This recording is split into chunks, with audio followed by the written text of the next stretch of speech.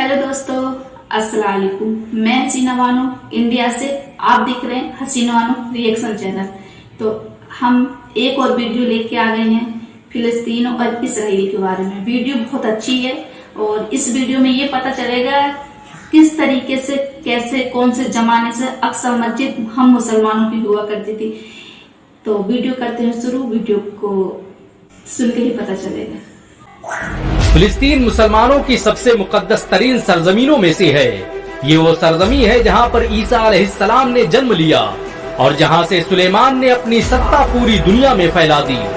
पैगंबर इस्लाम हजरत मोहम्मद सल्लल्लाहु अलैहि वसल्लम ने जिस जगह से मेराज का सफर तय किया वो जगह कोई और नहीं बल्कि फिलिस्तीन की मस्जिद अक्सा थी। और आज मुसलमान इस मस्जिद की हिफाजत के लिए अपनी जान देने को तैयार हैं। फिलिस्तीन के बारे में बहुत कुछ कहा और लिखा जा चुका है।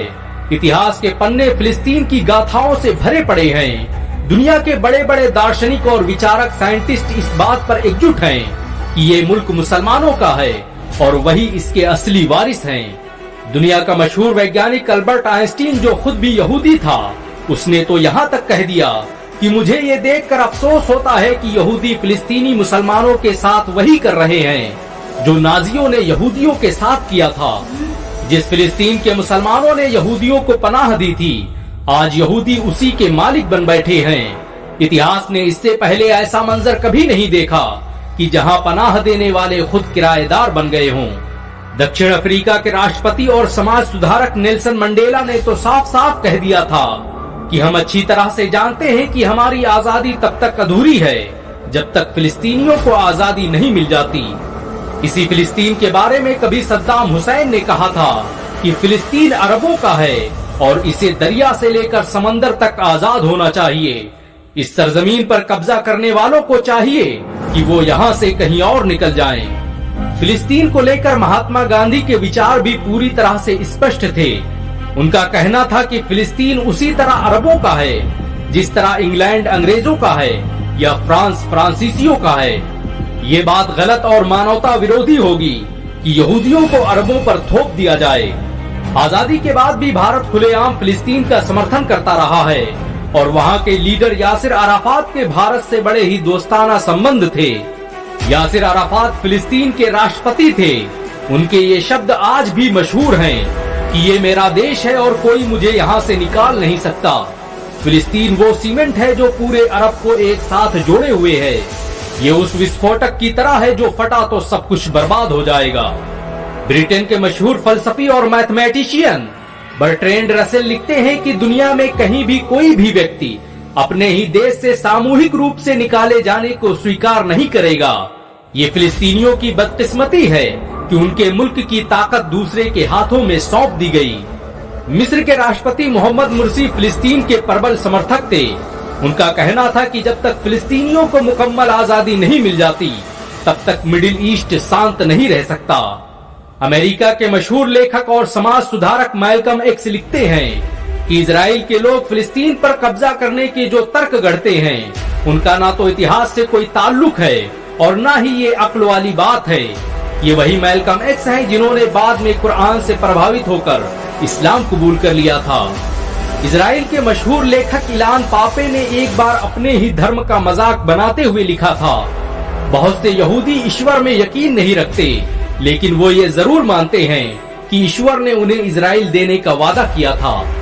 फिलिस्तीन और इजराइल की ये जंग बरसों पुरानी है और मुसलमान बरसों से अपनी जान हथेलियों पर लिए बैठे हैं। सुल्तान सलाहुद्दीन अय्यूबी ने जब बैतुल मुकद्दस को फतेह कर लिया तो उन्होंने एक ऐतिहासिक वाक्य कहा था कि मुझे साफ नजर आ रहा है कि फिलिस्तीन का ये इलाका हमेशा अमन से दूर रहेगा। और आज उनकी ये बात सच होती नजर आ रही है। खिलाफत उस्मानिया के सुल्तान अब्दुल हमीद से जब फिलिस्तीन के बारे में सवाल किया गया तो उन्होंने जो कहा वो सुनहरे शब्दों में लिखने लायक है। मैं इस फिलिस्तीन की सरजमीन का 1 इंच भी यहूदियों को नहीं देने वाला। एक फिलिस्तीनी होने के नाते ये सिर्फ मेरी नहीं बल्कि पूरी उम्मत की अमानत है और उम्मत ने इसकी हिफाजत के लिए न जाने कितना खून बहाया है। इस्लामी दुनिया के मशहूर नेता रज्जब तैयब एर्दोगान कहते हैं कि हम फिलिस्तीन और उनके लोगों का मरते दम तक साथ देते रहेंगे। ये वतन फिलिस्तीनियों का है और मस्जिद अक्सा रेड लाइन है जिसे किसी को पार नहीं करना चाहिए। भारतीय राजनेता असदुद्दीन ओवैसी की ये लाइन दस्तावेज का दर्जा रखती है कि इजराइल जालिम और फिलिस्तीन मजलूम हैं। हिंदुस्तान को मजलूमों के साथ खड़ा होना चाहिए। इजराइल के बच्चे अगर चैन से सोना चाहते हैं तो उसका एकमात्र उपाय है फिलिस्तीनी बच्चों को भी शांति से सोने देना चाहिए। ये कहना है कोलंबिया के राष्ट्रपति गुस्तावो पेत्रो का। दुनिया के सबसे मशहूर बॉक्सर मोहम्मद अली के ये शब्द आज भी अमेरिका की दीवारों पर लिखे हैं कि मैं मोहम्मद अली ऐलान करता हूँ कि मैं मरते दम तक फिलिस्तीन की आजादी और उसके वतन को वापस पाने के संघर्ष में उसके साथ रहूंगा। अमेरिका के ही एक लेखक एंथोनी बोर्डन ने कभी लिखा था कि आज दुनिया की हर चीज मेड इन चाइना है सिवाय हिम्मत और बहादुरी के, जो आज भी सिर्फ मेड इन फिलिस्तीन है। आज ये फिलिस्तीन के मुसलमानों की हिम्मत ही है कि इजराइल को अमेरिका और दुनिया भर के देशों से मदद लेनी पड़ रही है, और ये तब है जब उसके सामने निहत्थे मुसलमान खड़े हैं। वैसे आप किस तरफ खड़े हैं, इजराइल की तरफ या फिलिस्तीन की तरफ? नीचे कमेंट में जरूर बताएं। अगर आपको फिलिस्तीनियों से हमदर्दी हो तो उनकी आवाज बने और इस वीडियो को लाइक और शेयर जरूर करें। ऐसी और वीडियो को देखने के लिए हमारे चैनल को सब्सक्राइब करें, घंटा जरूर दबाएं।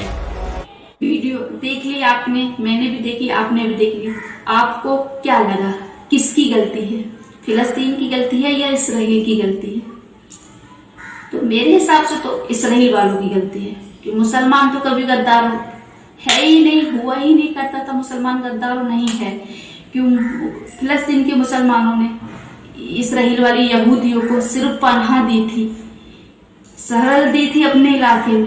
क्या करा यहूदियों ने? वहीं उनका कब्जा कर लिया। कहते हैं ना, एक किराएदार आया और किराएदार ने मकान ही कब्जा कर लिया। तो वही इसराइल के यहूदियों ने फिलिस्तीन के मुसलमानों के साथ में किया है। उनका घर मकान छीन के उन्हीं पर अत्याचार किया गया है। मेरे हिसाब से तो मुसलमानों ने बहुत अच्छा किया है। अच्छी लगी हो तो लाइक, शेयर, कमेंट, चैनल को सब्सक्राइब करना। मिलते हैं नेक्स्ट वीडियो में, तब तक के लिए